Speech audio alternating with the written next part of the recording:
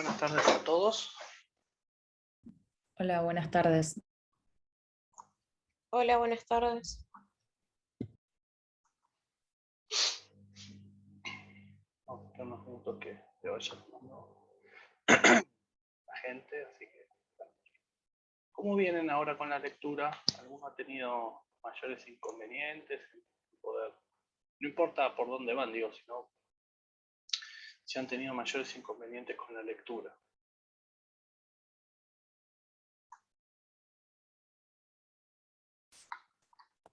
Buenas noches, buenas Buenas. tardes, no sé.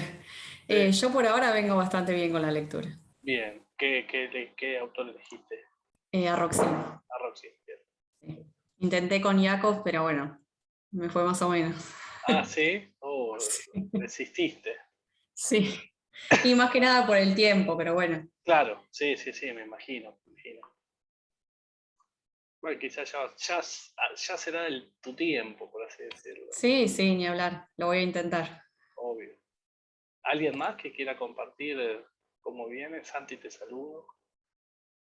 Ya te voy a hacer co-host, así podés compartir pantalla si es que vas a compartir algo.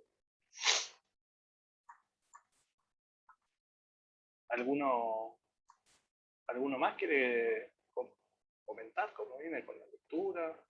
Con el autor, más que nada la dificultad, pensaron que era más sencillo.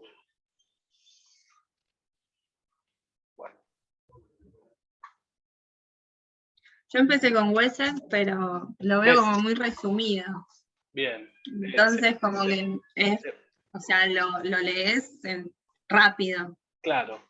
Bueno, Pero, por eso lo que digo es un manual, si se quiere, para el alumno promedio, por eso es que se usa tanto en Alemania, es más usado. Luego, obviamente, quizás vos tenés la sensación de que a veces es resumido, la W y E en alemán es T.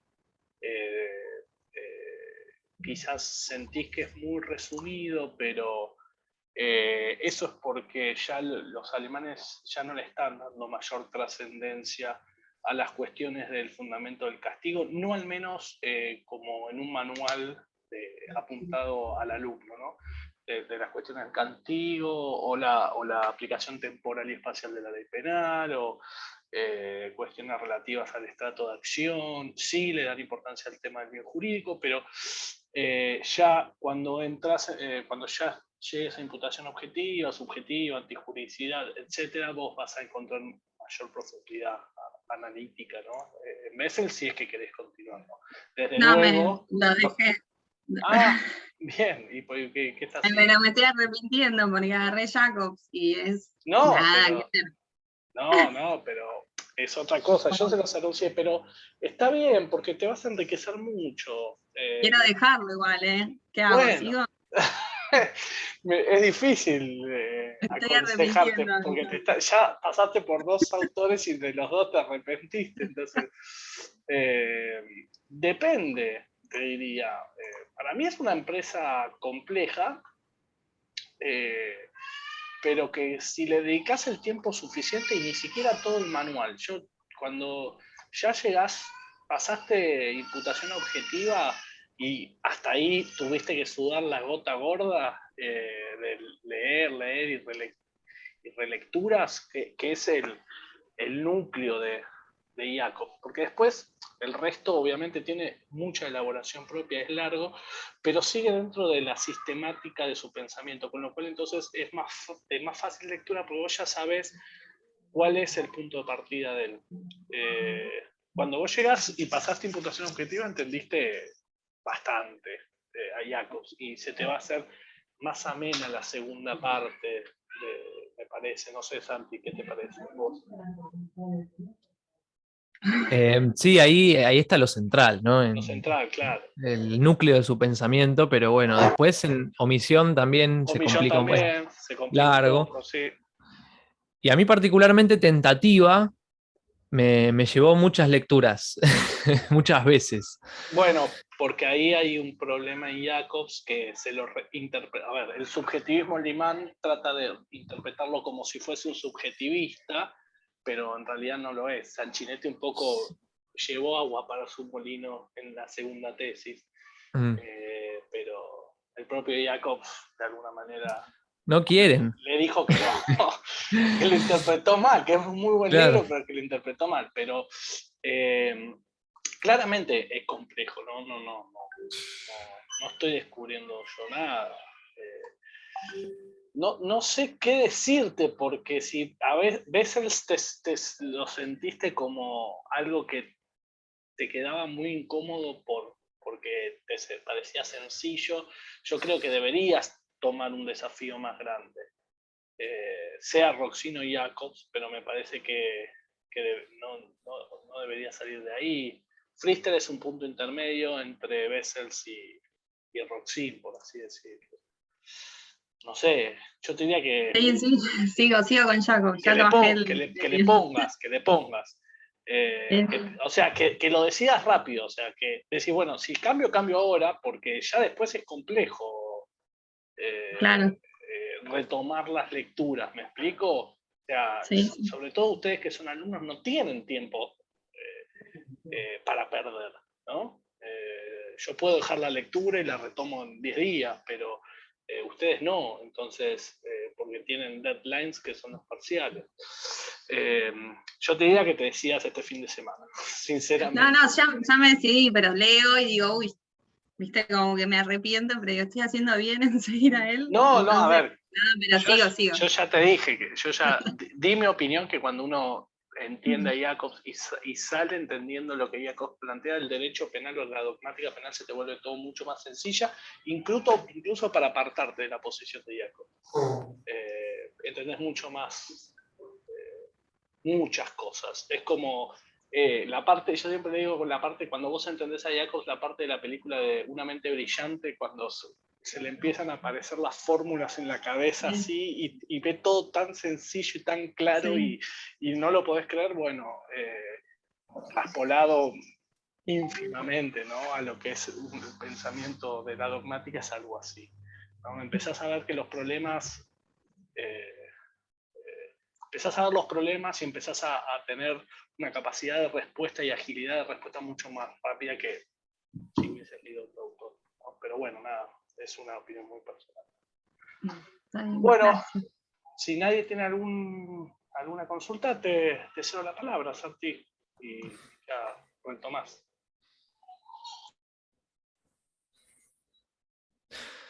Bueno, aparentemente nadie tiene nada que decir. De la clase anterior, ¿alguna duda? Todas. Porque eres rebuscado. De hecho, esta clase es como que ya nos introducimos en la teoría del delito. O sea, ya empezamos como por el primer escalón de la imputación, ¿no? Ahora, la imputación siempre va a tener en miras un delito, ¿no? Un tipo penal. Por eso la anterior clase es la que viene antes que esta, ¿no? Ahora esta clase podría ir al final porque como toca todos los temas, ¿sí? Porque la idea es que la acción sea un superconcepto, ¿sí? Que permita que se pueda imputar cualquier forma de aparición delictiva a esa acción, ¿no? Entonces, sí necesariamente vamos a tratar cuestiones de imprudencia, de omisión. Siempre que haya alguna duda, ustedes me dicen, igual voy a tratar de ir a lo elemental y ustedes se van a ir dando cuenta después, ¿no? Pero es la primera clase con relevancia práctica para los casos que van a tener que resolver, ¿sí? No quiero decir que no puedan utilizar nada de lo anterior, ¿sí? Sí, se puede utilizar perfectamente con criterio, pero bueno, esta ya va directamente a la médula, porque siempre van a tener que tratar la acción, ¿sí? Al principio. En general, algunos deciden empezar diciendo cuál es el tipo penal, teniendo el caso, ¿no? Cuál es el tipo penal que estaría, o que uno sospecha que podría tener alguna consideración, todos los que sean, y después determinar cuál es la acción, si hubo acción, si no hubo, ¿no? Y de ahí en más, vamos, tipos objetivos. Esto lo vieron en la primera clase, así tuvieron un panorama para refrescar, pues seguramente en elementos lo vieron. Vimos la estructura del... Sí, me mencioné a grandes rasgos la estructura del delito. Claro, grosso modo. Como que la definición mayoritaria o la descomposición metodológica del concepto de delito en cuanto a antecedente que permite la aplicación de una sanción, mayoritariamente se la consideraba una estructura tripartita, que era acción, tipicidad, objetividad subjetiva, antijuridicidad, culpabilidad y, bueno, la punibilidad de sí mismo, ¿no? Claro. Bueno, ahí entonces la estructura, ¿sí? Podríamos dar por comenzada entonces la clase. Voy a compartir pantalla, a ver cómo era esto. Ahí está. Sí.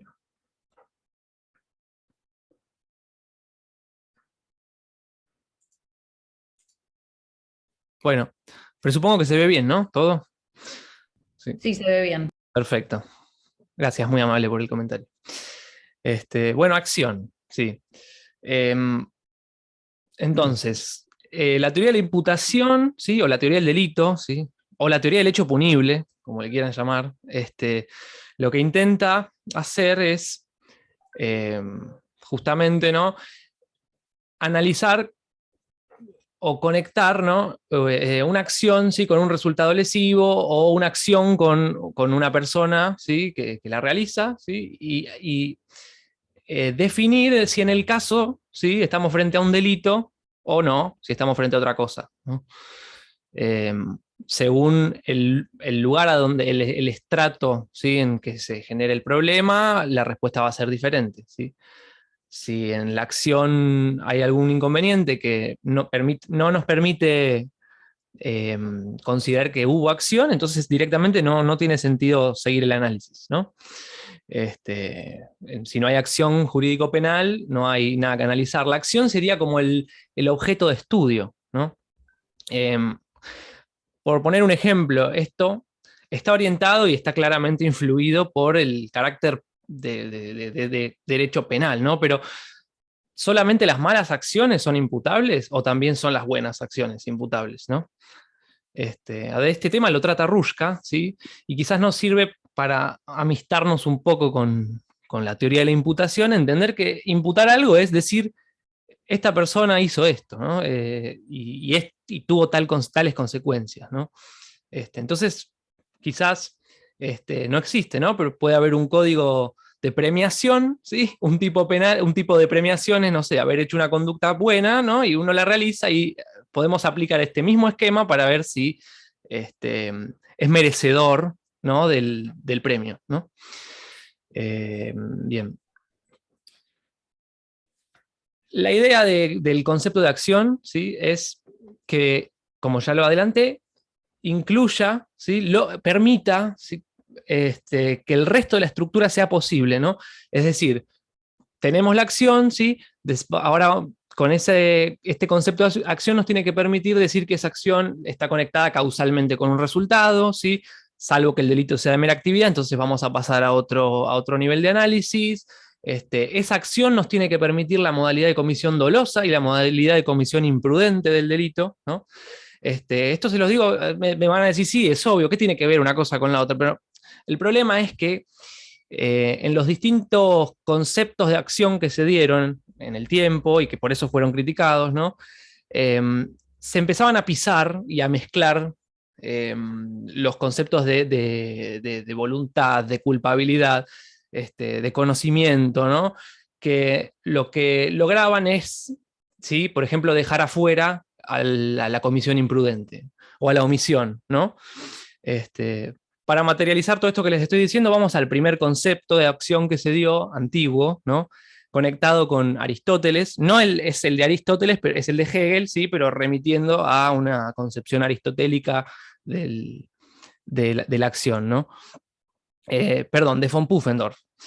Pufendorf dice que es un movimiento humano dirigido por sus capacidades específicas, en donde, digamos, ¿qué integra estas capacidades específicas? El intelecto y la voluntad, ¿no? Y Hegel, ¿sí? Valiéndose de este concepto de Pufendorf, ¿sí? Lo que dice es que es una exteriorización de la voluntad en tanto que subjetiva o moral, ¿no? Así, teóricamente esto no nos dice nada, No podemos hacer nada con esto, a dónde, qué cabida le da a la imprudencia, qué tiene que ver, qué es esto de exteriorizar la voluntad, ¿no? ¿Qué es subjetiva, moral? Ya confunden esas palabras, ¿no? Lo que sí tenemos es que es una exteriorización, ¿no? Entonces ahí ya estamos dejando afuera de la imputación, ¿sí? O del concepto de acción a ciertas cuestiones que conservamos adentro, in pectore, ¿no? En nuestra psique, ¿no? Ustedes deben conocer un principio constitucional que trata esto, pero digamos incisivamente, ¿sí? Si alguien se quiere arriesgar, no se arriesguen, díganlo porque lo conocen.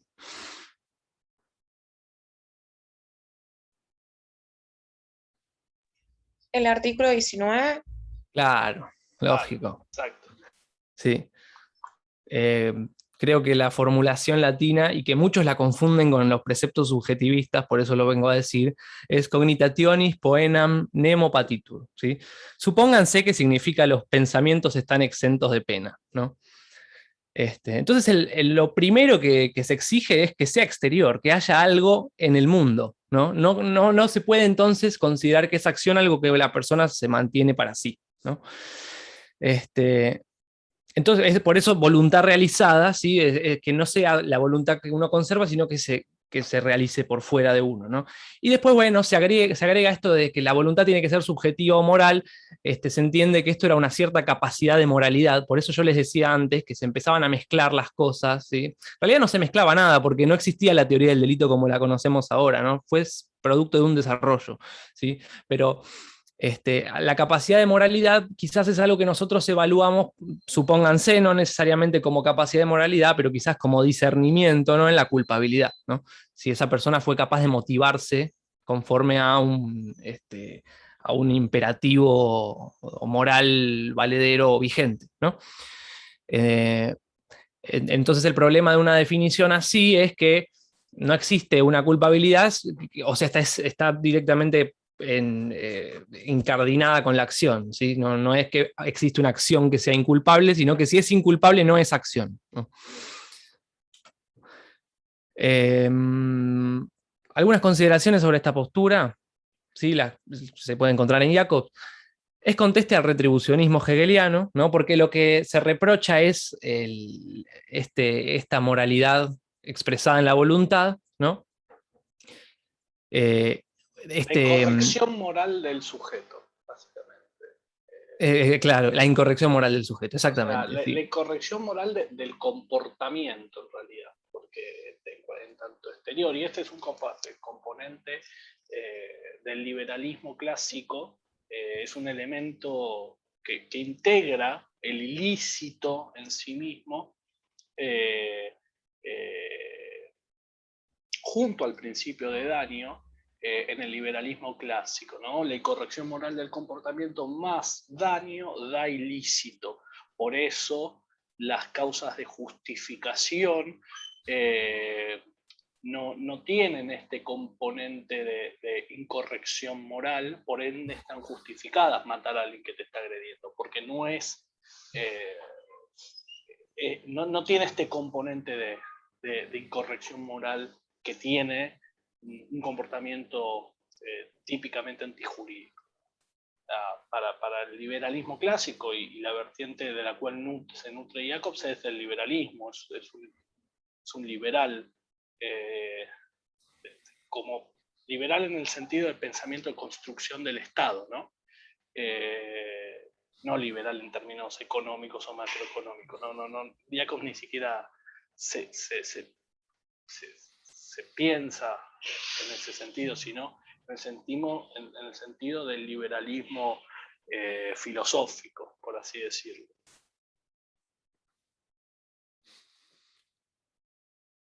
Y ustedes habrán visto ahí que hay si ya estuvieron leyendo no sé, los que leen Jacobs, ¿cuál es, y en la primera clase también, cuál es la conexión entre Hegel y Jacobs en cuanto a teoría de la pena, ¿no? ¿Sí? Que no es la misma, ¿sí? Porque parecería ser el mismo el resultado, pero la fundamentación y el motivo, ¿sí? Es diferente, ¿no?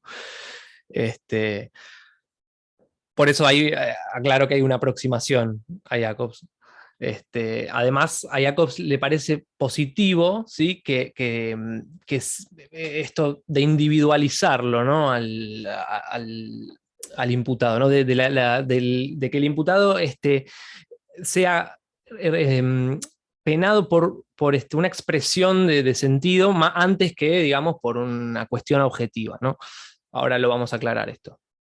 Lo negativo es que no sirve como supraconcepto, ¿sí? Esto no permite integrar nada de lo que estuvimos diciendo sobre modalidades de aparición, la imprudencia, digamos, la omisión, no hay nada que decir con esta concepción de acción, ¿no? Vamos al principios del siglo XX y finales del siglo XIX, ¿sí? Positivismo, ¿no? Cientificismo puro. Alguno quizás ya tuvo criminología y sabía qué criterios imperaban en esa época, ¿sí? El peligro era más importante que otra cosa, no tanto el individuo, ¿no? O lo que dijera el individuo era, digamos, no importaba, la cuestión era lo que ocurría como fenómeno, ¿no? Entonces, es consecuente con eso que la acción sea un movimiento, ¿sí? Un movimiento corporal, algo de la física, ¿no? Se le agrega voluntario, ¿sí? Porque también hay una intuición de que hay que dejar afuera de la imputación, ¿sí? A ciertas conductas que uno no decide realizar, ¿no? Hacia el final de la clase vamos a ver que hay ciertas causales de exclusión de la acción, ¿sí? Que son claramente cuando el sujeto no pudo controlar lo que hace, ¿no? Entonces, para el causalismo es un movimiento corporal, ¿sí? Tiene que haber algo, en la realidad, un hacer, ¿no? No importa el contenido de la voluntad, ¿sí? Entonces acá se hace una primera diferenciación, ¿sí? De la que hablábamos recién, entre algo objetivo y una faz objetiva, o del injusto y una faz subjetiva, que era, digamos, en ese momento era absolutamente de la culpabilidad, ¿sí? El dolo y la imprudencia formaban parte de la culpabilidad y no del injusto, ¿no? Y el concepto de movimiento era un concepto propio de la física, una tensión muscular o de la biología, ¿no? Por inervación de los nervios motores, ¿sí? Como dice ahí. Algunos seguidores, von Liszt, Belling, Radbruch.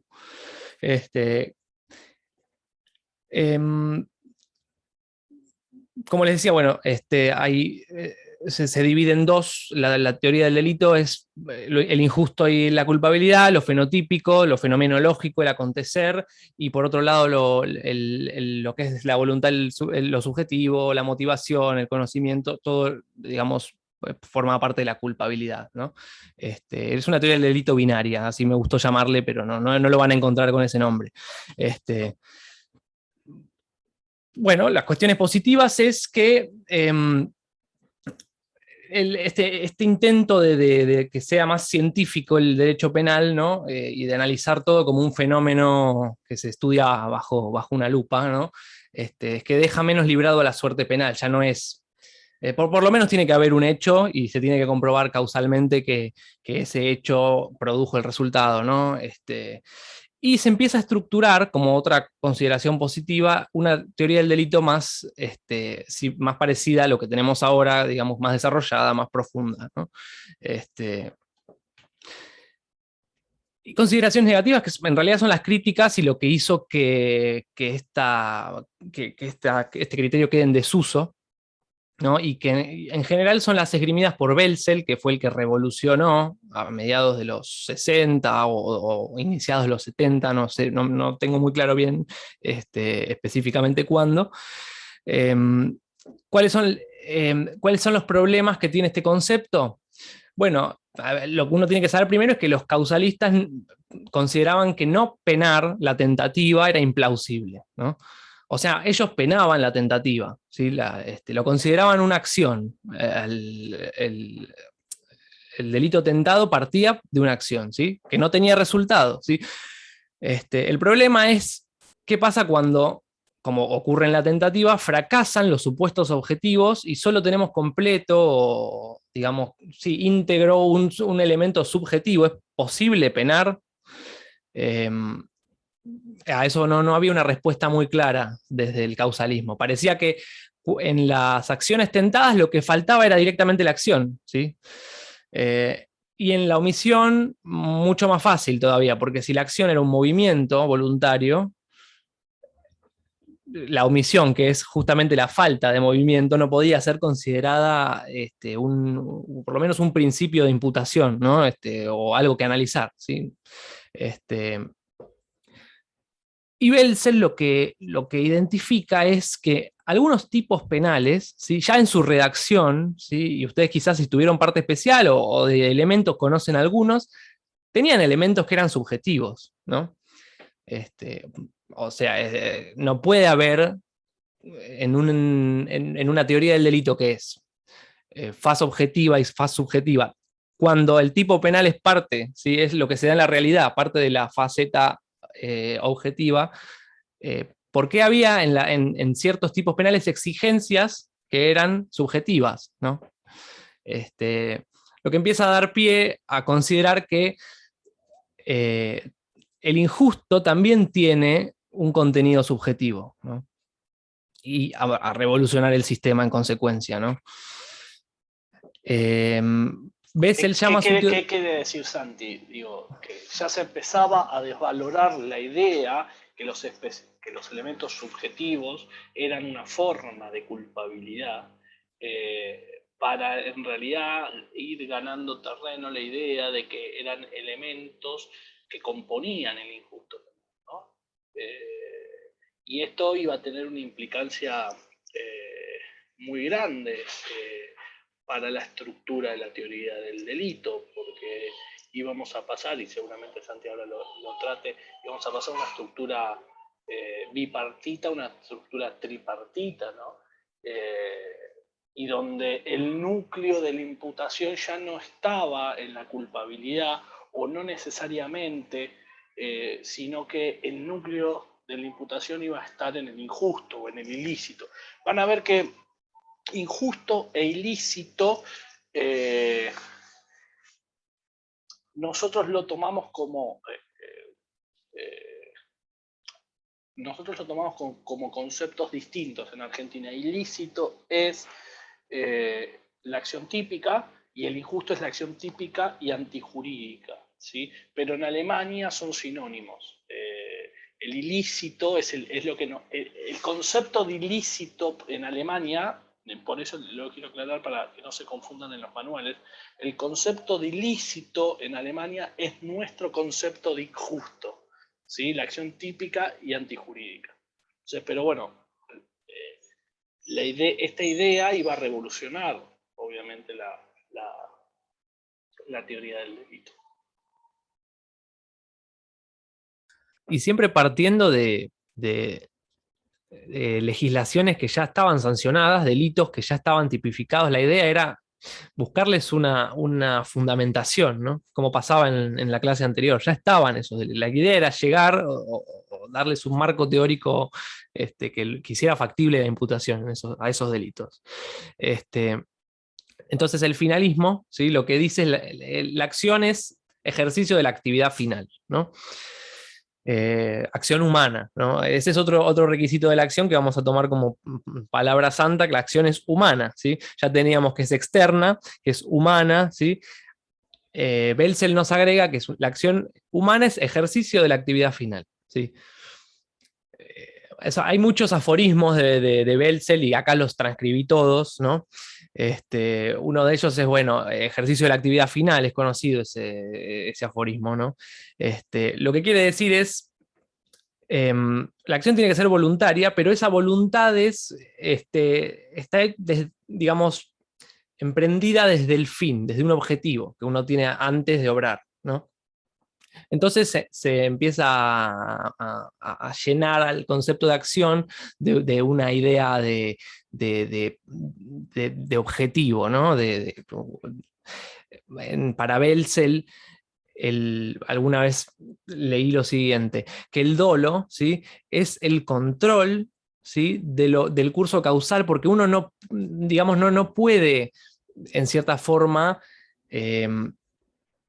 determinarla directamente la causalidad. La causalidad es ciega, ¿sí? lo que uno puede tener es cierto control de ese curso causal, ¿no? Entonces, para Belzel, la acción tiene que tiene que partir de una finalidad previa, ¿no? Él establece 2 pasos, un curso para establecer si hay acción o no, que consta de 2 pasos, ¿no? Una es la anticipación o pronóstico y la otra es la elección del medio, están ahí. Y claramente un tercer paso podría ser la ejecución, ¿sí? Desatar el curso causal, ¿no? Lo importante y lo que se tienen que llevar es que la acción humana, ¿sí? Es emprendida a partir de una decisión de voluntad que tiene como meta, ¿sí? Conseguir cierto resultado, llegar a cierta consecuencia, ¿sí? Esto entonces va a incluir a la tentativa, ¿sí? Porque uno tenía una ultra finalidad, no importa lo que pasa después, ¿sí? Se emprende ese curso causal que es ciego, uno no sabe en definitiva 100% lo que va a ocurrir, ¿sí? No ocurre el resultado, pero es imputable la tentativa como existe, o sea, hay acción, ¿sí? Que permite imputar la tentativa porque está integrada esta concepción de finalidad, ¿no? Vamos a seguir. Ahí va. Lo que veníamos diciendo es que qué goles metió el finalismo, ¿no? Bueno, uno de ellos es sincerar que existían elementos subjetivos en el injusto, ¿sí? Necesariamente luego se dividió la tipicidad en objetiva, ¿sí? Lo que ocurre fenomenológicamente, fenotípicamente en la realidad es lo objetivo, tipicidad objetiva, ¿sí? Que se subsume, ¿sí? O que se identifica con alguna norma penal, ¿sí? O tipo penal, y un tipo subjetivo, ¿sí? Que es el reflejo, ¿sí? Podríamos decir en este momento el reflejo de lo que ocurre en la realidad, ¿sí? Pero en la mente del sujeto, ¿no?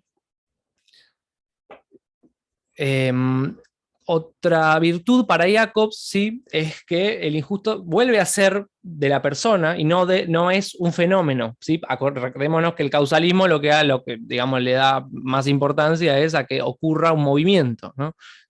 A un acontecer, ¿sí? Pero el ponerle a la acción un ingrediente de finalidad la vuelve, digamos, a Hegel en el sentido de la incorrección de realizarlo, de la incorrección de ese fin, ¿no? Ahí, como digo, el reproche, sí, perdón. Disculpe que le interrumpa, No, por favor. pero quisiera tener, digamos, como un ejemplo más bajado a tierra de, por ejemplo, qué sería un elemento subjetivo en el injusto penal. Claro. Por ejemplo, a ver, algún delito que tenga un tipo penal. Pero te estabas refiriendo porque si vos decís cuál es el elemento subjetivo que integra el injusto penal, es el dolo y la imprudencia. Claro. En tanto elementos. O sea, la faz subjetiva del ilícito, del injusto, es la constatación de los elementos subjetivos presentes en el autor.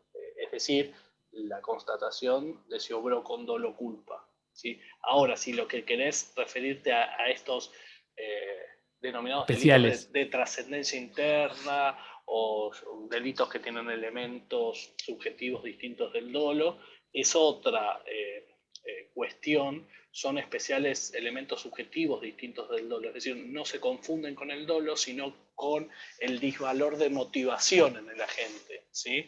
Es la finalidad que persigue con su comportamiento y que el legislador la introduce en el tipo penal como un requisito de tipicidad. ¿Podría ser un delito de grooming? Que tiene esa ultra finalidad de contactarse con el menor para... No, a ver, los típicos casos, ejemplos, son, por ejemplo, el de la tenencia de estupefacientes con fines de comercialización. Es decir, no solo tener estupefacientes está penado, sino que está penado más gravemente si el motivo, el disvalor de motivación, por más de que no se consume o no se logre esa motivación, es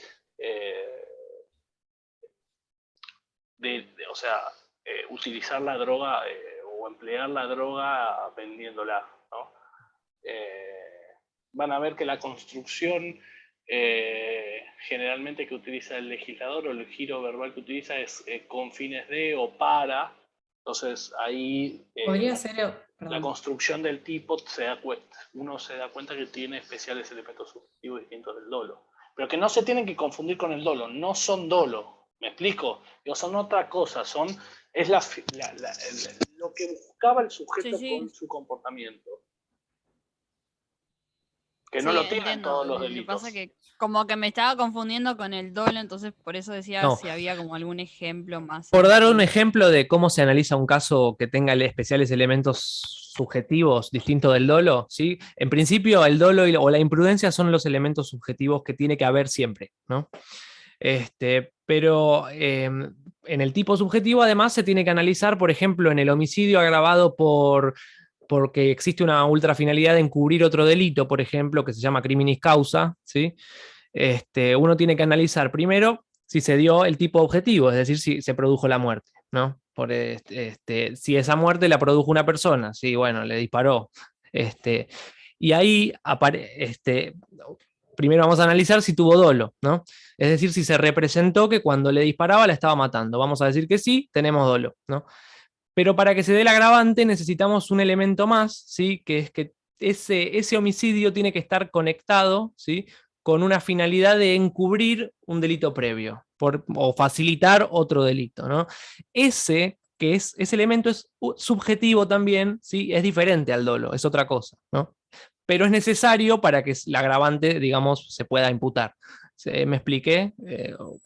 ¿Te mareé más? Sí, ahora. No, ahora sí lo entendí. Está bien. Gracias. Es por estos elementos, ¿sí? que Belzel se da cuenta que no todo lo que pertenece al injusto o al ilícito es objetivo, ¿no? Sino que también hay, digamos, actitudes internas, estados mentales dentro del injusto, ¿no? Bueno, claramente voy a hablar ahora de los problemas que tuvo el finalismo, ¿sí? Si la idea era construir un concepto de acción que incluya la omisión, que incluya la tentativa, lo que uno tiene que evaluar es si se consigue con el finalismo, ¿no? Entonces, el problema que tiene es, digamos, como que la propia construcción del concepto lo traiciona al concepto, ¿no? La acción para hacer acción tiene que ser final, es decir, tiene que haber un objetivo, ¿sí? ¿Qué pasa cuando ese objetivo era otro, ¿no? Y yo aún así realizo el tipo, ¿no? Por ejemplo, queriendo... el ejemplo típico del dolo de segundo grado. Queriendo matar al presidente, pongo una bomba, mato a todos los que están alrededor. ¿Qué pasa con esa... mi objetivo era matar al presidente, no era matar a todos los demás. Sabía que era una consecuencia necesaria, ¿sí? Pero no podemos decir que era el objetivo, ¿sí? Ese es el primer problema al que se enfrenta. Entonces, solamente cuando el dolo era directo, dolo directo es conocimiento, pongámosle en este momento, conocimiento más voluntad, ¿sí? De realizar el tipo. Y la acción de Belzel solamente abarcaría estos casos, ¿no? Porque si yo tengo, respecto no del presidente, pero respecto de la gente que está alrededor, ¿no? No tengo el objetivo de matarlo, tengo un dolo de consecuencias necesarias de segundo grado, ¿sí? Conozco, sé que los voy a matar, lo que no sé, lo que no quiero es, no me interesa, digamos, no tengo ese objetivo. Entonces, no sería acción y esto es implausible o digamos, no nos gusta, no parece lógico, ¿no? Excluir en estos casos la acción.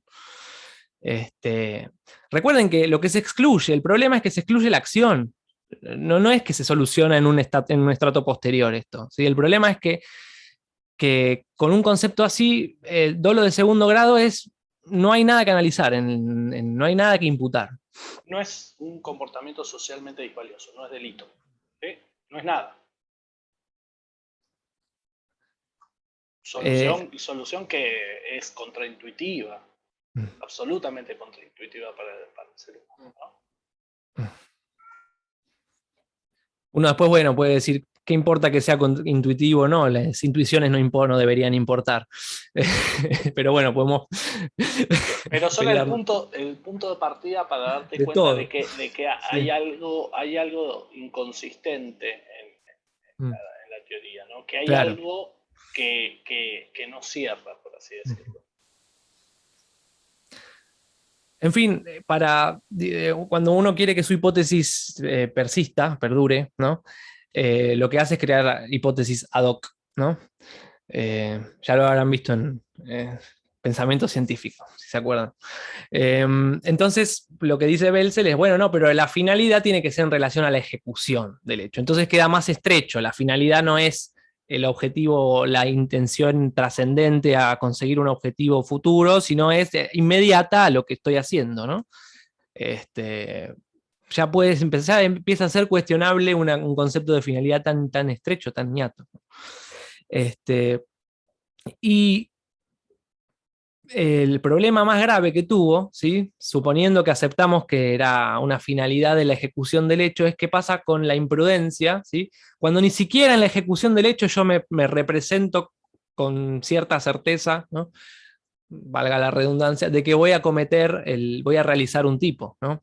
La imprudencia, lo que uno se representa no es directamente la realización del tipo, sino un riesgo de realizarlo, ¿no? De ninguna manera tengo el objetivo, ¿sí? de realizarlo.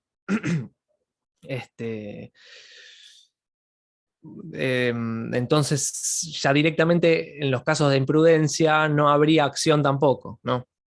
La solución que le intentan dar es que la finalidad ahora, ¿sí? puede estar dirigida a algo distinto al tipo, ¿no? En la imprudencia, supónganse el caso, es yo voy manejando, voy por arriba del máximo permitido, en una calle, por ejemplo, es 40, voy a 50, ¿sí? Mi objetivo no es atropellar personas, ¿sí? De hecho, quiero llegar rápido al laburo, por eso voy rápido, ¿sí? Claramente no quiero atropellar a nadie, porque si atropello a alguien voy a llegar tarde, ¿no? Entonces, ¿qué ocurre? Se cruza un peatón, ¿sí? El peatón, supongamos que no obró a propio riesgo, se cruzó, tenía prioridad de paso y yo lo piso porque iba a 50, ¿no? No lo quería pisar, entonces para Belzel tendría que verse forzado a decir que ahí no hay acción, ¿sí? Porque la finalidad no era pisarlo, no era matarlo, ¿no? Entonces, ¿cómo corrige esto?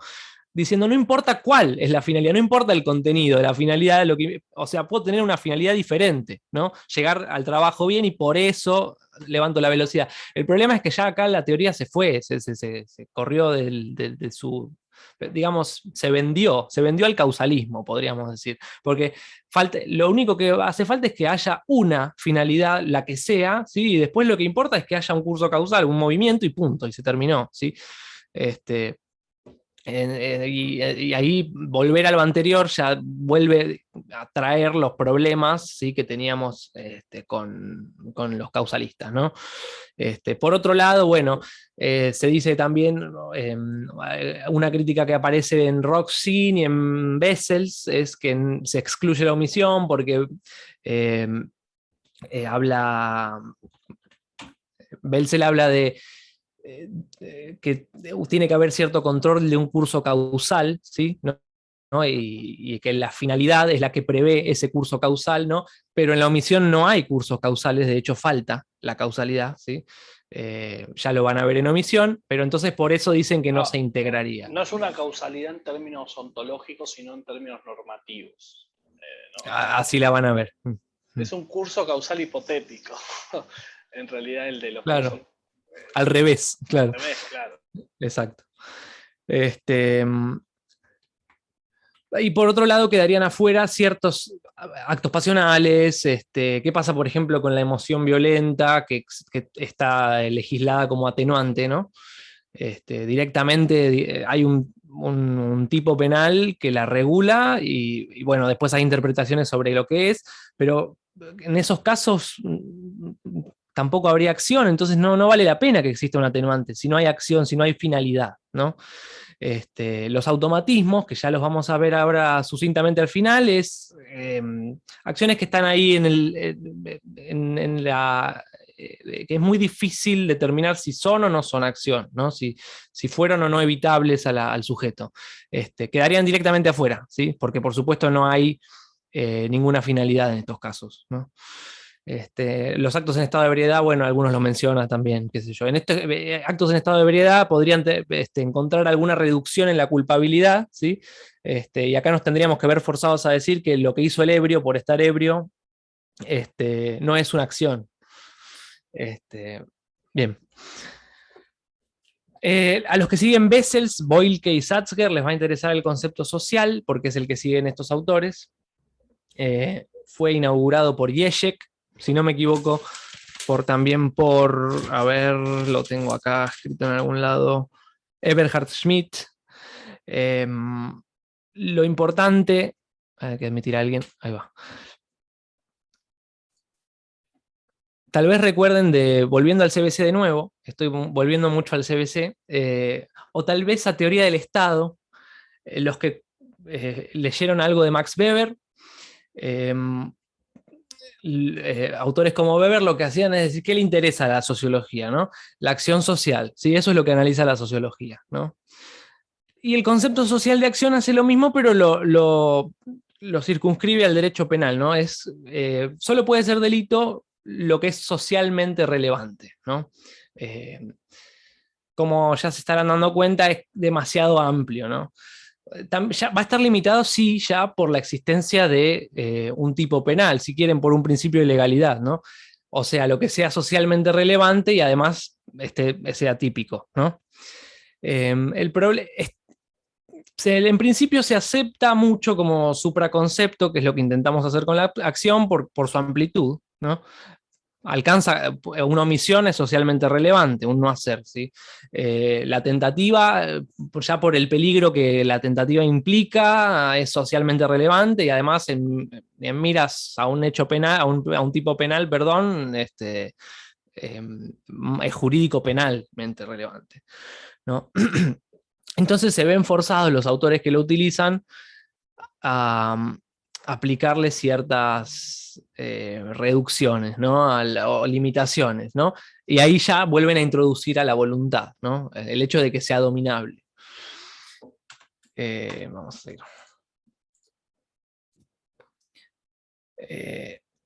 ¿Cómo opera este concepto social?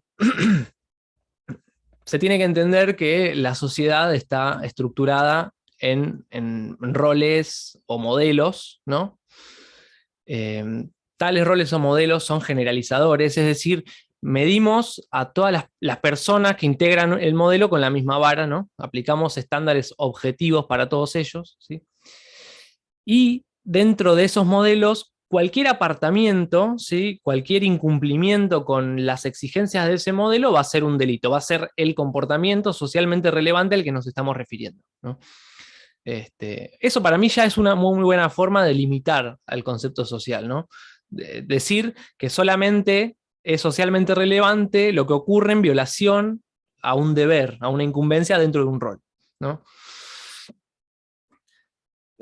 Bueno, la crítica roxiniana es que acude a un concepto de dominabilidad, ¿sí? Para limitarse, ¿sí? Yo creo que ese concepto puede ser superado con esto de la existencia de modelos generalizadores, ¿sí?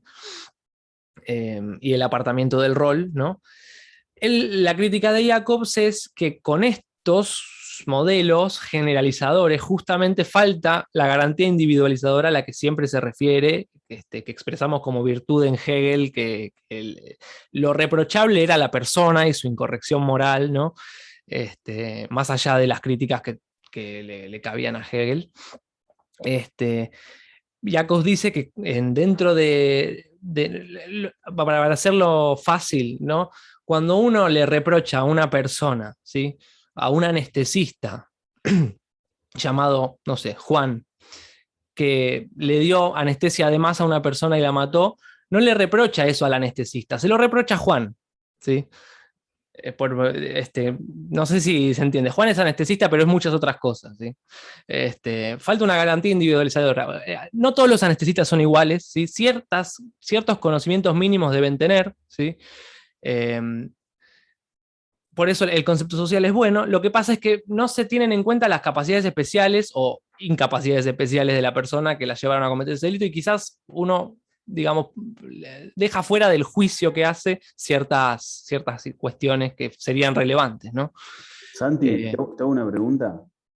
Sí, por favor. ¿Es un poco caer en un derecho penal de autor y en vez de hecho? Esto, lo de las capacidades especiales, Sí. yo discreparía con esa idea, porque no estoy juzgando a la persona por lo que es, ¿sí? Sino por haber metido lo que sabía, ¿sí? Eso uno lo tiene que hacer, ¿no? Uno no juzga a una persona por pertenecer a tal lugar o por haber delinquido antes, ¿no? Sino por tener cierto conocimiento, pero que ese conocimiento te es funcional a vos para hacer lo que haces. Algunos autores consideran que si uno tiene cierto conocimiento, ¿sí? El conocimiento opera siempre, como Roxin. Jacobs lo que dice es que el conocimiento especial solamente opera cuando uno lo utiliza en el delito, ¿no? El caso prototípico es el de la ensalada, si no me equivoco. El mozo que sirve una ensalada, ¿sí? El mozo es mozo y su rol es de mozo, ¿no? Se lo conoce como el caso del estudiante de bioquímica. De química. O de biología. Bueno, hay muchas variantes, pero es así. Un tipo que es estudiante avanzado de bioquímica, y en sus horas libres para pagarse sus estudios y tener unos manguitos extra, trabaja en un bar de mozo. Lleva y trae comida a pedido del cliente. En una de esas, se da cuenta que el propietario del local de comidas, que es a su vez el cocinero, lo estoy reversionando un poco, pero no importa, se admite, que es el cocinero, pone unos hongos que son tóxicos. Y él se da cuenta por sus conocimientos especiales en biología, ¿no? Y entonces, lo que el caso se debate es si el estudiante de biología tiene un deber de brindar una ayuda a ese comensal, debería decirle al cocinero que eso está contaminado, no debería llevarle el plato al comensal, o si directamente el rol de él, el rol social que está detentando, es simplemente el de mozo y no se le puede exigir que utilice en ese momento ese conocimiento especial. Razón por la cual, si lleva la comida y la ensalada, envenena al comensal y el comensal muere, no se le podría cargar la muerte al mozo por no haber introducido una condición de salvamento, ¿no? Eso ya estamos hablando de imputación objetiva, cuestiones de imputación objetiva, no de realización. Pero esta es la cuestión, Santi, te dejo.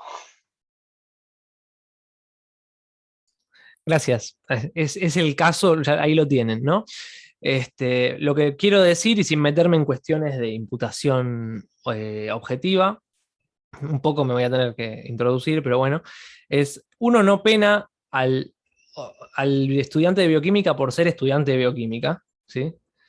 De hecho, uno no debería ni siquiera penarlo, por más de que sepa que está llevándole el plato envenenado, porque él cumple su rol, ¿no? Y esto lo comparte Jacobs, ¿no? El problema es si él utiliza ese conocimiento especial y le dice al de al lado, de esta persona de la futura víctima, ¿no? Cambia y ve que está su enemigo, se sentó su enemigo de toda la vida y le dice: mira, te ganaste una ensalada por ser el cliente número, no sé, 1.000.000. Entonces ahí utiliza ese conocimiento, ¿no? Lo tiene por ser estudiante de bioquímica, pero no es que uno lo pena por ser estudiante de bioquímica, ni por ser peligroso, ni mucho menos, ¿no? ¿Te quedó más claro? El tema de la garantía individualizadora no es al revés. Su comportamiento adaptativo. Esto es importante que cuando lo veamos para imputación objetiva, generalmente lo vamos a ver con el tema de omisión, pero después se van a dar cuenta que el tema de la imputación objetiva en omisión y de imputación objetiva en imputación objetiva estricto sensu de la tipicidad tienen puntos muy, muy, muy fuertes en común. A lo que voy, más sobre todo en el pensamiento de Jacobs, ¿no? Pero ¿a qué voy con esto? Siempre salirse del rol social configura una conducta adaptativa, y esa conducta adaptativa es la que se le reprocha al sujeto, ¿no? Porque si yo me mantuviese dentro de mi rol, es un comportamiento socialmente adecuado. Es decir, nosotros cuando gestionamos peligros, de alguna manera para favorecer los contactos sociales, construimos ciertos roles, ciertas expectativas de comportamiento imbricadas al rol que cada uno detenta, ¿no? Entonces, el rol del mozo era simplemente llevar y traer comida. Entonces, la exigencia que se le hace respecto al mozo, el cumplimiento de su deber, es inherente al rol que detentaba, más allá de los conocimientos especiales que tuviese. Ahora, cuando ese conocimiento especial es utilizado, realiza un comportamiento adaptativo, que ese comportamiento adaptativo sí es el que le voy a reprochar. ¿Y cuál es el comportamiento adaptativo? Decirle a su enemigo todavía, sabiendo que el plato estaba envenenado y era una muerte segura, tomate, ganaste una ensalada porque sos el comensal número 10. Si él esa ensalada se le hubiese servido al comensal que le hubiese pedido, nada se le hubiese reprochado. Pero si él realiza un comportamiento adaptativo, la cosa cambia, ¿no?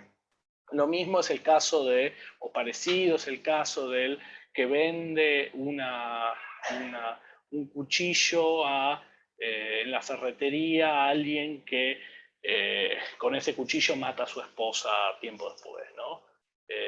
O sea, la idea que está detrás de esto es la gestión de los riesgos, cómo la sociedad gestiona riesgos.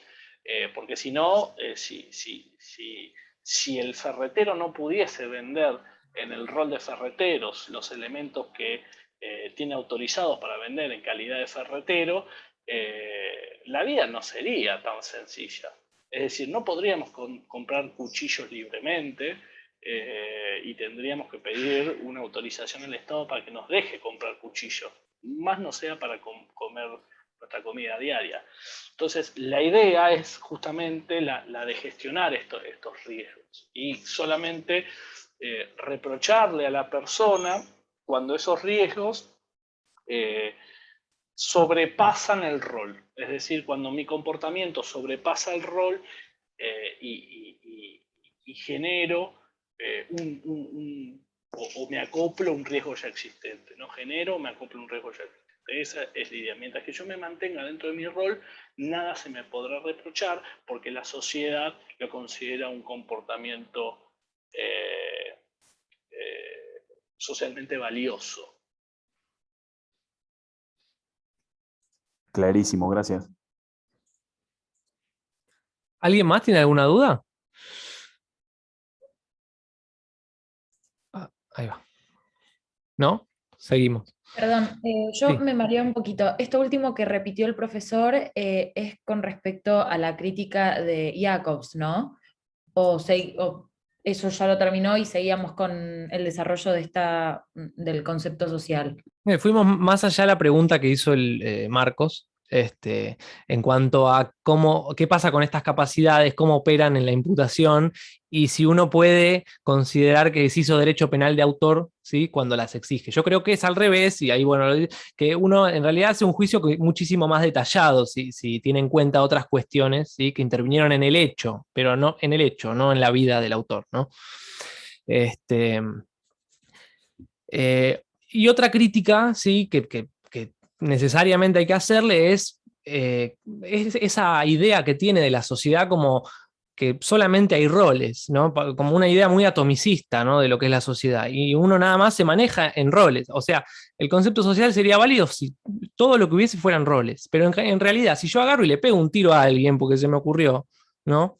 No lo hice en incumplimiento de ningún rol o de un rol general, ¿no? Un rol de no dañar a nadie, pero eso no sirve como para clasificar la sociedad, ¿no? Entonces, esos casos en los que no es que... Bueno, ahí tendrías una exigencia media al rol de ciudadano, ¿no? Pero eso ya es una teoría distinta, ¿no? No la del concepto social de acción. Claro, exacto, sí. La crítica es que hay delitos que uno los comete sobrepasando o arrogándose una esfera de organización de otra persona, dominando a otra persona, ¿sí? No necesariamente una invasión de roles, pero por eso en todo caso es un deber para todos, general, ¿no? En fin. Bueno, el funcionalismo de Jacobs, ¿no? La idea de acción para Jacobs, ¿sí? Es la causación del resultado individualmente evitable. Eso es la acción, ¿no? El punto neurálgico del subconcepto, del supraconcepto, es la evitabilidad, ¿no? Es acción solamente si es evitable, ¿sí? Concédanme que tiene que ser acción humana, tiene que ser externa, ¿sí? Tiene que haber un mínimo de voluntad y tiene que ser además evitable. No es acción todo lo que la persona no pudo evitar hacer, ¿sí? ¿A dónde quiero llegar con esto, ¿no? Bueno, lo van a ver en Jacobs, los que lo sigan, que acción es una diferencia de resultado entre un hacer y un no hacer, ¿sí? ¿Qué quiere decir esto? Que la idea no es un no evitar evitable la acción, ¿no? Lo importante es que haya... Yo realizo una acción, ¿no? ¿Sí? Si no lo hubiese realizado de manera... si me fuera posible no haberla realizado y entonces, ¿sí? Me es exigible, ¿sí? Entonces hay acción, ¿sí? ¿Se entiende? Es muy, muy juego de palabras. Perdón, yo ¿Cómo? me perdí. Si lo puedes volver a repetir, me mezclé. Bien, quédense con esto. Quédense con que la idea es no exigirle a las personas más de lo que pueden, ¿no? Si a mí me fue inevitable mover la mano, ¿sí? Hacer algo, no me lo tienen que achacar como acción, ¿sí? No es una acción, ¿sí? No hay... ¿Cómo? Perdón, Santi, ahí entraría como un acto reflejo, digamos. Bueno, pues el ejemplo que yo di es compatible con un acto reflejo, ¿no? Quizás ahora se va a entender más cuando los veamos las causales de exclusión de la acción, ¿no? Bueno, y después Jacob sigue y dice que ¿cuáles son las condiciones de evitabilidad? ¿Cómo puedo evitar, ¿no? Conociendo que estoy ejecutando una acción, ¿sí? Si yo conozco, puedo evitar, ¿sí? Aparentemente. Conociendo sus consecuencias, ¿sí? O si me son cognoscibles, ¿sí? Y con estas condiciones lo que da pie es a que uno interprete que su concepto de acción va a incluir al dolo y a la imprudencia, ¿no? A la imprudencia cuando me fueron cognoscibles y aún así obré, ¿sí? Siendo evitable ese obrar, ¿sí? Al hombre que iba en el auto, en el ejemplo, ¿sí? Y que fue a 50, ¿sí? Nada lo obstaba a ir a la velocidad reglamentaria, a menos de 40, ¿no? Aún así lo hizo, siéndole cognoscible, ¿sí? Una multiplicidad de riesgos, ¿no? Y cuando choca a la persona se realiza un riesgo, ¿no? Entonces ahí hay una acción, ¿sí? Le era evitable, ¿sí? Podría haber andado a menos, ¿no? Si esta persona que va en el auto, ¿no? Le agarra un ataque de epilepsia, ¿sí? O se desmaya, ¿sí? Y aprieta el acelerador al caer, ¿era evitable o no era evitable?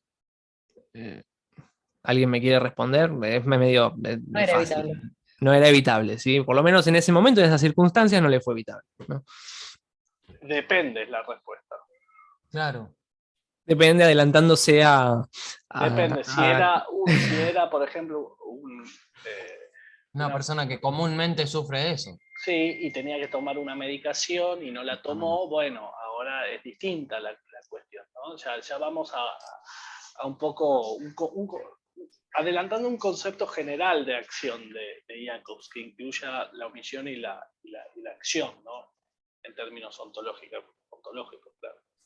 Y una consulta, esa evitabilidad, porque si vamos a esto de si era epiléptico o sufría ataques de epilepsia, no tomó la medicación, por consiguiente, bueno, ya era más evitable. ¿Hasta dónde puedo ir yendo para atrás? ¿Hay algún límite? Ese es un tema de causalidad, no de acción. Es un problema de causalidad, no de acción. ¿Me explico? Es decir, ¿cuál es la condición del resultado? No de si era evitable como un supraconcepto de un concepto genérico de acción-omisión, ¿no? ¿Me explico? No entendí. ¿Hasta dónde querrías llegar? Claro, ese es un problema de causalidad, determinar cuál es la condición del resultado. ¿Me explico? Es decir, según como lo planteaste vos, digo, quizás no te entendí bien. No, pero digo, si fuimos a esto de la persona con ataque de epilepsia. Sí.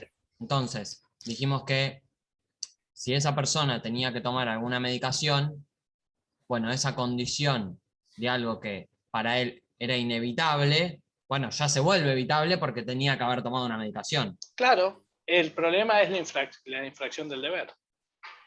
Ese es el kit central del pensamiento de Jacobs.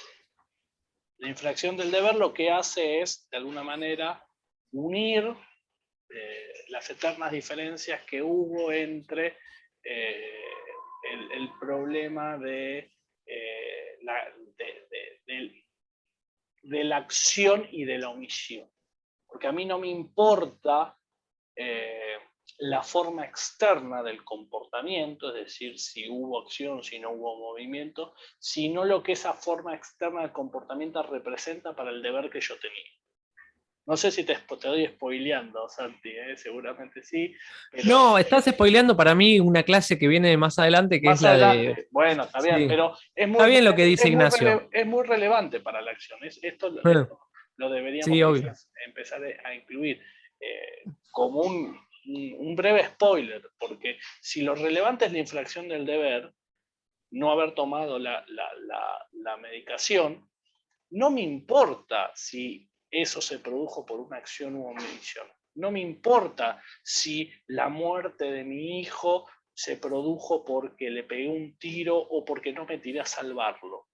Lo relevante es que yo infringí un determinado rol, que yo infringí un determinado deber inherente a ese rol. Y que eso es lo verdaderamente evitable. Y que eso es lo verdaderamente relevante a los efectos de esta discusión pueril que se dio durante muchos años en que la omisión tenía que tener una estructura de imputación distinta a la de la acción porque eran dos cosas distintas. Y Jacobs da en la tecla cuando dice, no, lo relevante no es si yo hago o no dejo de hacer, sino cuál es la repercusión de esa forma externa del comportamiento para el cumplimiento de mi deber. Ese es el kit de la cuestión. Con lo cual no me eso me une los postulados de la acción y de la omisión y de alguna manera me permite construir sistemáticamente un sistema de imputación que sirva a la vez tanto para acción como para omisión. Todos los problemas que tenía el causalismo, todos los problemas que tenía el finalismo desaparecen justamente con esta noción de Jacobs. De evitabilidad, ¿no?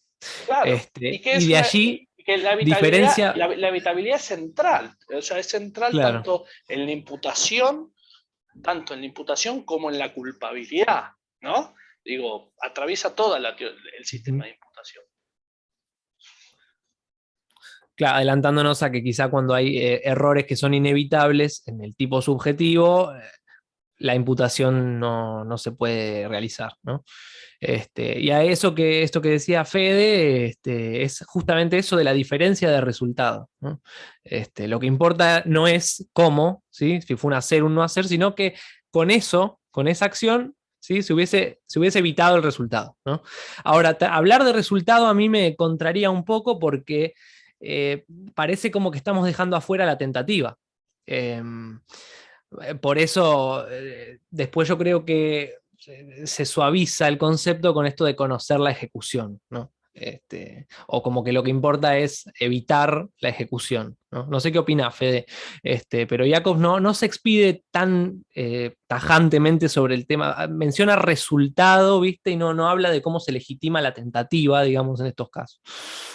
No, pero después lo explica claramente en el apartado de tentativa. Digo, esto es hay que pensar que también el estado de acción es una cuestión, es como el primer eslabón de la imputación, es como el filtro más grande, ¿no? En donde se tratan de poner menos barreras de contención para los peligros que una persona tiene, sino las mínimas relacionadas a si tenía la posibilidad de evitar o no evitar, si era voluntaria o no era voluntaria, etcétera, etcétera, etcétera, para luego sí empezar a apretar los clavos en los restantes niveles de imputación. Pero la ventaja que tiene es que la discusión semántica del estrato de acción en Jacobs está enriquecida normativamente. No se queda en lo ontológico, sino que integra el estrato de acción por medio de estas consideraciones normativas, de la evitabilidad, ¿no? Dirigida al cumplimiento del deber. Esa es la principal virtud que luego vuelve sistemático su pensamiento, ¿no? Me parece que eso es relevante decirlo. Bueno, antes de que se nos acabe el tiempo, queda poco, vamos al concepto de acción según Roxin. De esto hablamos ya, no se preocupen. Esta es una crítica de Roxin de que esto es un concepto negativo de acción, ¿sí? Los invito a que lo lean en Jacobs, es muy cortito, explica por qué no es, esto de la evitabilidad no es un concepto negativo de acción, ¿sí?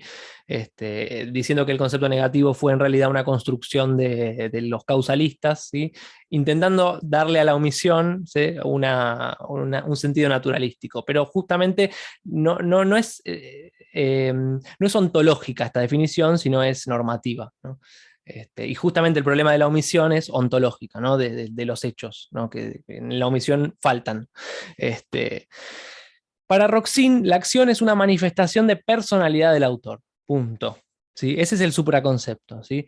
Que en lo que hace manifieste o exprese su personalidad, ¿sí? Entonces no pueden ser animales, no pueden ser objetos, tiene que ser sí o sí una persona humana, ¿sí?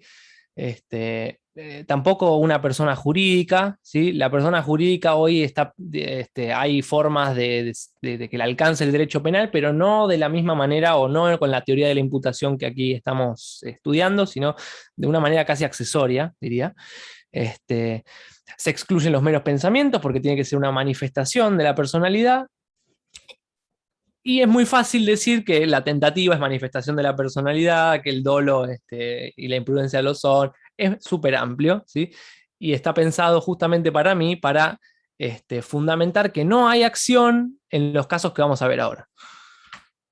Que son las causales de exclusión, alguno las debe conocer. ¿Alguien quiere animarse rápidamente? Son 3. Movimientos, reflejos, fuerza Bien. física irresistible. Perdón, mis perros. Está bien. Y estado de conciencia absoluta. ¿Cómo? Estado de conciencia absoluta. Ahí está, el Rottweiler no te había dejado hablar. No, es un labrador, pero... Ah, bueno, perro grande, está bien. Las que dijo la compañera, fuerza física irresistible o vis absoluta, si alguno quiere adornarlo un poquito más con el latinismo, vis absoluta. No confundir con vis relativa o vis compulsiva, que no es cuando la fuerza no es física, sino es psicológica, es una coacción y no excluye la acción, ¿sí? Uno puede ser coaccionado a hacer una cosa, ¿sí? Sin embargo, sigue habiendo acción, en todo caso quizás va a ser descargado de su responsabilidad penal en otro estrato, ¿sí? Sea en la antijuridicidad Perdón, o en la culpabilidad. ¿Sí? ¿no falta lo que sería el uso de medios narcóticos hipnóticos como expresante de la acción? ¿Uso de medios? Narcóticos e hipnóticos. Creo que Roxin los menciona como una causal de exclusión. Sí, pero están dentro de lo que podría englobarse estado de inconsciencia absoluta. Claro. En tanto y en cuanto la intoxicación sea absoluta, ¿sí? Porque si no, tenemos el problema que ya vamos a ver de el actio o la omisio liberi causa, ¿no? Cuando la persona consume estupefacientes para robar, para lograr un estado de inculpabilidad del hecho ilícito, ¿no?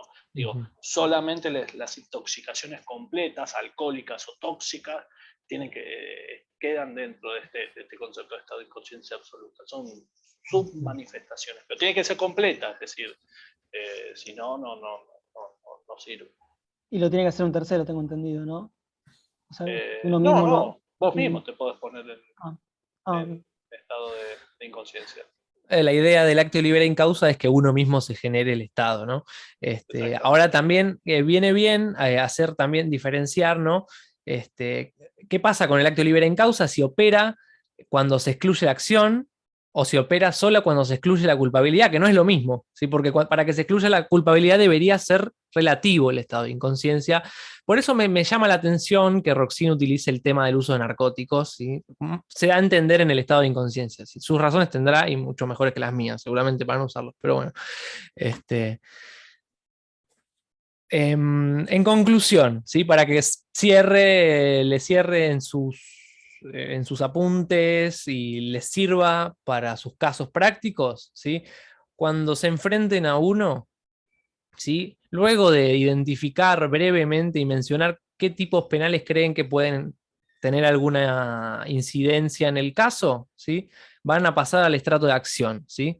Acción-omisión, entendiéndolos como lo mismo, ¿sí? Porque justamente para eso intenté toda esta clase hablar de que la acción es un supraconcepto que integra todas las modalidades de comisión, ¿sí? Si se refieren como acción, es indistinto, ¿sí? No se interesa, y yo lo he visto ya y no me gusta, que cuando hablan de acción copien exactamente igual los hechos del caso. Los hechos del caso no son la acción o la conducta relevante. La conducta relevante es A le pegó un tiro a B, ¿sí? No que A era un estudiante y odiaba a B y un día fue y compró un arma y qué sé yo. En todo caso, si ven que hay varios actos, varias acciones, varias conductas, ¿sí?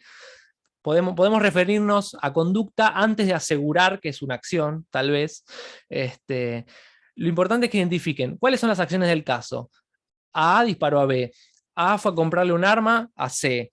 X metió el cadáver de B en un barril, ¿sí? Taxativamente, ¿cuáles son las acciones dentro de los hechos que van a ser va a ser un relato largo, ¿no? Porque si ustedes ponen, no las identifican una por una, lo que van a hacer es referirse a acción, ¿sí? Como acción a todo, ¿sí? A todo el complejo de hechos, ¿no? Y a veces eso trae problemas, ¿sí? Y si empiezan el problema en acción, lo van a trasladar a la causalidad y demás, ¿sí? Y en definitiva, lo que quiero que se acredite, lo que es necesario acreditar en acciones, que es una conducta humana, ¿sí? ¿Por qué? Pueden recurrir al Código Civil y Comercial, si quieren, ¿sí? Humana a una persona. En la resolución de los casos, aunque sea una verdad de perogrullo, tienen que explicar por qué es humana. Digo, por qué A es una persona que reviste vida. Digo, es una tontería lo que les estoy diciendo, pero es necesario porque si no, o sea, ustedes en los casos nos tienen que demostrar conocimiento y fundamentación, fundamentalmente, ¿no?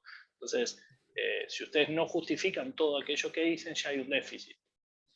¿Me explico? Es muy fácil repetir, sí, es una acción humana, es una acción humana exterior final y evitable. Bueno, pero ¿por qué? Ustedes siempre que digan algo, ustedes tienen que explicar el por qué. Y explicar el por qué es mostrar el conocimiento de ustedes hacia nosotros. Entonces, por más de que sea una tontería y que digamos, bueno, sí, es obvio, es una persona que está viva, ¿no? En base a los criterios del Código Civil y Comercial de la Nación y la ley de trasplantes, que marca el inicio y el fin de la vida, bueno, nada, lo tienen que explicar. Eso es necesario, quiero decirlo. Se los quiero adelantar para que empezar a inculcarlo es quizás una metodología de resolución del caso. Me parece interesante también como Santi lo planteó, por eso me permito profundizar un poquito más. Doctor, una pregunta. Me adelanto un poco, pero con la conditio sine qua non también vamos a trabajar nosotros, como se hace en la cátedra de Sanchinetti. También ese filtro Sí, obvio, causalidad lo vamos a ver, pero ya la clase que viene. En realidad, la cátedra de Sanchinetti no sigue la conditio sine qua non, la teoría de la equivalencia con su método de supresión mental, sino la teoría... Imputación objetiva. No, son dos cosas distintas. Uno es la causalidad y otra cosa es... Uno es la imputación ontológica y otro la imputación normativa. Las dos se tienen que hacer, pero lo que digo es la que se sigue y es la mayoritaria es la teoría causal que se refiere a una ley de la naturaleza.